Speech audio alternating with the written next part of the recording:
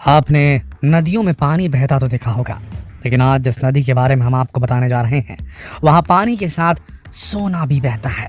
जी हाँ, और ये नदी कहीं और नहीं बल्कि हमारे देश भारत में है। आखिर ऐसे ही तो हमारे देश को सोने की चिड़िया नहीं कहा जाता ना। तो चलिए आज आपको लेकर चलते हैं सोने की नदी की सैर पर। दोस्तों, भारत में सोने की क्या इंपॉर्टेंस है ये हम सब जानते हैं। किसी के पास कितना सोना है, इसी से उसका स्टेटस डिसाइड होता है। खासतौर पर त्योहारों और शादियों की रौनक तो सोने के बिना अधूरी ही मानी जाती है। उस पर सोने के बढ़ते हुए दामों ने इसका महत्व और बढ़ा दिया है। वैसे तो हमारे देश में सोने की कुल ज़रूरत का ज़्यादातर हिस्सा सोने की माइन से आता है, लेकिन हमारे देश में एक नदी ऐसी भी है जहाँ पानी के साथ सोना भी बहता है। इस नदी में मौजूद रेत में सोने के कण मिले हुए हैं और इसीलिए ये नदी आसपास के गांव वालों के लिए रोजगार का साधन भी है।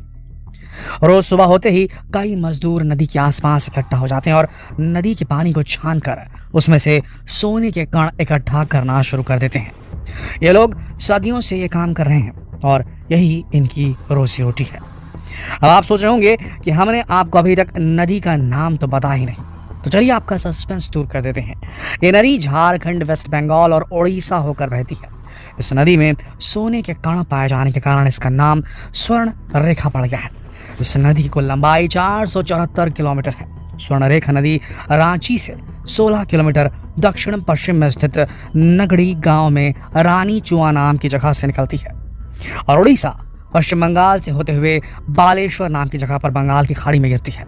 इस नदी के किनारे पर बसे तमर और सारंधा जैसे कुछ इलाकों में सोना निकालने का काम किया जाता है। इस नदी की एक सहायक नदी भी है जिसका नाम करकरी नदी है और इस नदी में भी सोने के कण पाए जाते हैं। ये नदी केवल 37 किलोमीटर लंबी है। लोगों का मानना है कि इस नदी में सोना स्वर्ण नदी से ही बहकर आता है। हालांकि इस बारे में लोगों की राय अलग अलग है। यहाँ के स्थानीय निवासी और बच्चे रोज सोना ढूंढने का काम शुरू कर देते हैं, लेकिन इन नदियों के पानी में सोने की मात्रा काफी कम होती है। एक व्यक्ति महीने भर में मुश्किल से 60 से 80 सोने के कण निकाल पाता है। कभी कभी तो कई दिन सोने के दर्शन ही नहीं होते।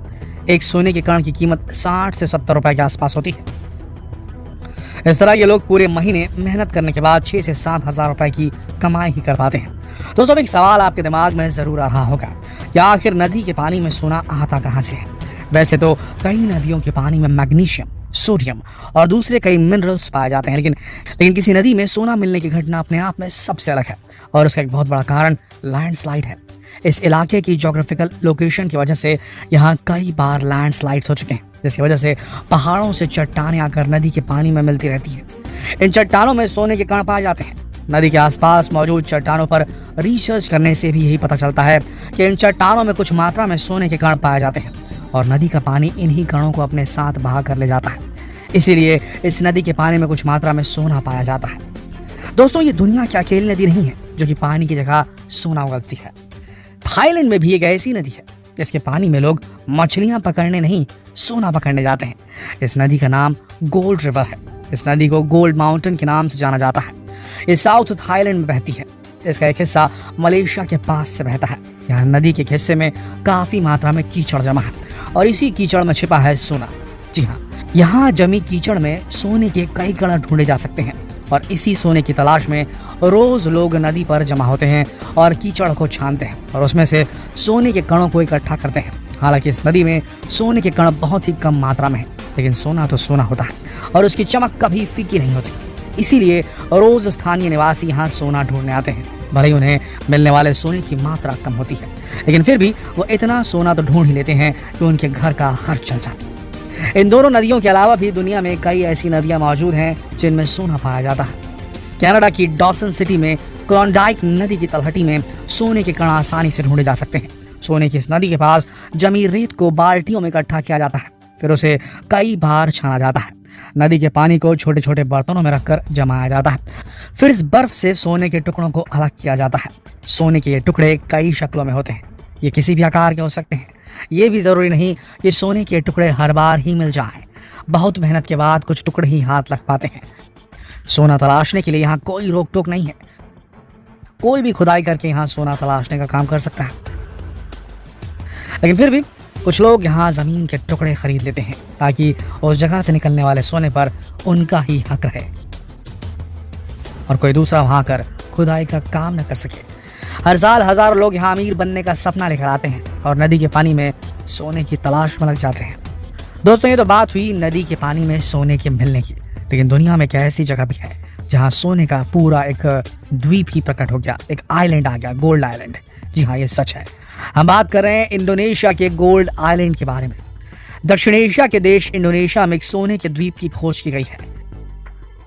यहाँ पर लोगों को सोने के जेवर, अंगूठियां, बौद्ध मूर्तियां और चीन के कीमती सिरेमिक बर्तन मिल रहे हैं। कई सालों पहले गायब हो चुके सोने का द्वीप इंडोनेशिया के पालेमबांग प्रांत की मूसी नदी में मिला है। नदी की तलहटी में गोताखोरों को कई कीमती सोने की वस्तुएं मिल रही हैं। सोने के द्वीप के नाम से प्रसिद्ध ये जगह इंडोनेशिया के प्राचीन इतिहास में श्री विजया शहर कहलाता था। उस जमाने में ये बेहद आलीशान शहर हुआ करता था। कहा जाता है कि यहाँ पर मलाक्का की खाड़ी पर राज करने वाले राजाओं का साम्राज्य था। भारतीय चोल साम्राज्य से हुए युद्ध में ये शहर बिखर गया और समुद्र में डूब गया, और अब एक बार फिर से ये द्वीप लोगों के बीच चर्चा का विषय बन गया है और लोग यहाँ कर सोने के आभूषण खोजने की कोशिश करने लगे हैं। दोस्तों, सोना हमेशा से ही लोगों के लिए शान की बात रहा, इसलिए लोग सोने की तलाश करने के लिए खतरे तक उठाने के लिए तैयार हो जाते हैं, और यही सोने की माया है।